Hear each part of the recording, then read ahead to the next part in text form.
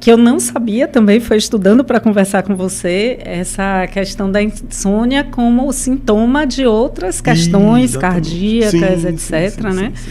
E a interferência da quantidade de medicamentos que o idoso toma no ciclo de sono. Uma noção, Marta,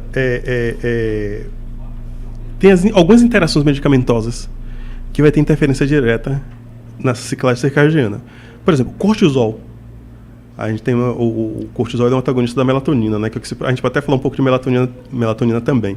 O cortisol é um antagonista. O que é um antagonista? É uma coisa que neutraliza a outra, em termos didáticos, assim. Então, o cortisol é um hormônio natural que a gente produz. É o que dá disposição para a ação no dia, né? O vigor muscular, o vigor da ação.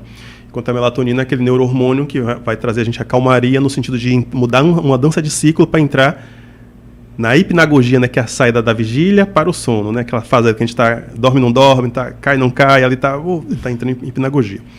O corticoide, né, a palavra oides é parecido a, então o corticoide é parecido com cortisol. Então, o medicamento corticoide, o oide é parecido, é um sufixo, né, parecido com, então parecido com cortisol. A gente sinaliza quimicamente para o nosso organismo que já tem cortisol.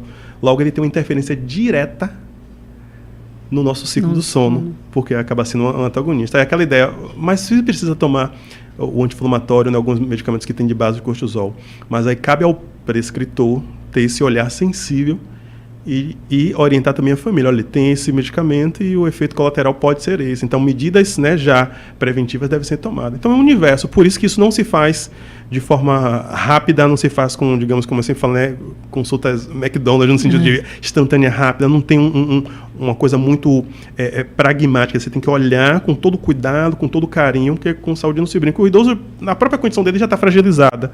Então, se é o momento de cuidar da saúde, aquele momento de cuidar da saúde não pode trazer para ele mais transtornos, né? Problema. Então, os medicamentos têm essas interações medicamentosas alimentares também. Me permita só um parêntese aqui. Às vezes, o que acontece? A gente vai olhar o idoso, né?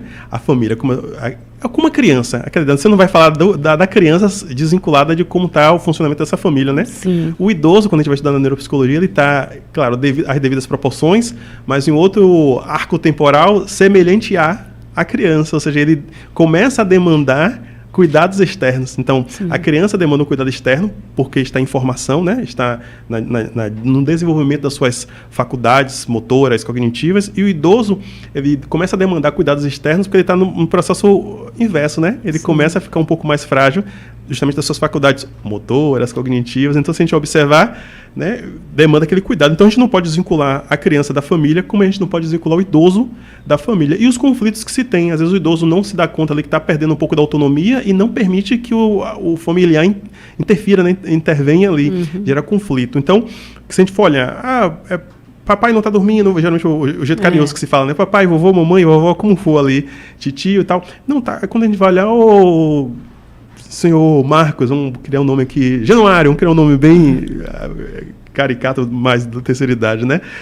Como é que tá o senhor? Não, eu acordo assim, eles que ficam dizendo que eu tenho insônia, eu não tenho insônia nenhuma, não. Me fala um pouquinho, como é a rotina do senhor? Eu acordo cedo, sempre acordei cedo na minha vida, né? Agora que eu estou aposentado, que eu vou deixar de acordar cedo, não, às 4h30 eu já levanto, e aí vou fazer minhas coisas e tal. Só que a família já está dormindo das 4h30. E aí começa a mexer, aí eu acordo, quando eles acordam, eu já fiz meu cuscuz, eu já tomei meu café, já fiz muita atividade. Então, para ele, o dia, quando dá 7 da manhã, o dia já está ali. E comer, mas aí quando dá por volta das 9h30, aí também ninguém é de ferro, deita um pouquinho, aí descansa umas 2 horas. E aí me preparo, tá? E o almoço, almoço lá por volta de 1h, 1h30, depois do almoço dá aquela molezinha. Aí também ninguém é de ferro, né? Aí eu durmo mais umas 2 horinhas, aí vejo um jornal que tá aparecendo, mas desligo muito a televisão, que essas notícias eu não gosto muito, boto minha música.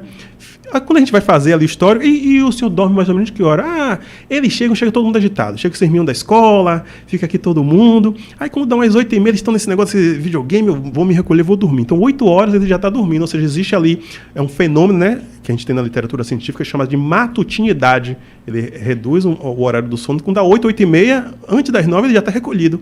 Então ele dorme 9, 10, 11, 12, 4 horas e acorda meia-noite. Aí eu acordo meia-noite e não durmo. Mas quando a gente vai pegar, ele dormiu 2 horas de manhã, mais 2 horas de tarde, 4. Com as outras 4, 8, completou o ciclo de 8 horas. Então ele não tem problema de insônia. O que existe é uma sincronia entre relógio biológico e relógio social. Então imagine que angústia é você dar meia-noite, acordou e tá todo mundo, e aí o idoso fica naquela saia justa, né? Liga uma luz, aí já incomoda um. Aí, por isso que eu quero ter a minha casa. Eu não, às vezes tá morando com filho. Eu falei, eu gosto de minha casa, na minha casa eu perdi minha independência. Aí liga a televisão, já acorda outras pessoas. Então, concluindo, o que a gente tem ali? Tem que ter um olhar, um cuidado, assim como o recém-nascido, né? Ele acorda várias vezes à noite para mamar, várias demandas que tem. O idoso, ele gera uma outra necessidade, uma outra demanda de como esse sono ele é dividido, ele é segmentado em vários ciclos ao longo do dia. Então, assim, aí a gente tem um manejo disso, ou seja, entender isso, se isso é possível. Agora, até que ponto isso não vira também um fator desagregador da família, no sentido de conflito, sim, né?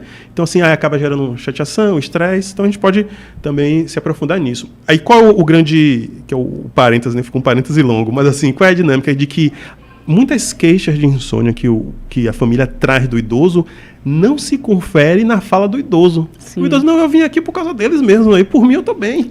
Então o senhor se sente cansado? Não, tem um cansaço, mas é o cansaço natural da idade. Eles que dizem mais da família, não, o vovô tem insônia bastante, acorda meia-noite, acorda todo mundo, e dá descarga, e mexe numa coisa, e liga a rádio, liga essa... Então um pouco disso. Mas quando a gente vai fazer, chamado ali, o inventário das condutas, o ciclo de sono dele tá respondente no sentido de preenche os pré-requisitos mínimos, né, de sono natural. É como apetite, né? A pessoa ficar beliscando, comendo diversas coisas, não vai ter o apetite nas refeições, chamados pontos ápices, né, de refeição. Mas não é que a pessoa tem um transtorno alimentar. É que está comendo o tempo todo, não tem aquela demanda do almoço como um marcador, né? O café da manhã como um marcador, uma janta como um marcador, enfim. Então, concluindo, é essa sincronia que às vezes tem que ter, porque não é o idoso em si, é idoso dentro da família. Não é a criança em si, é a criança dentro da família. E esse contexto todo familiar que é importante sempre, é o olhar, né?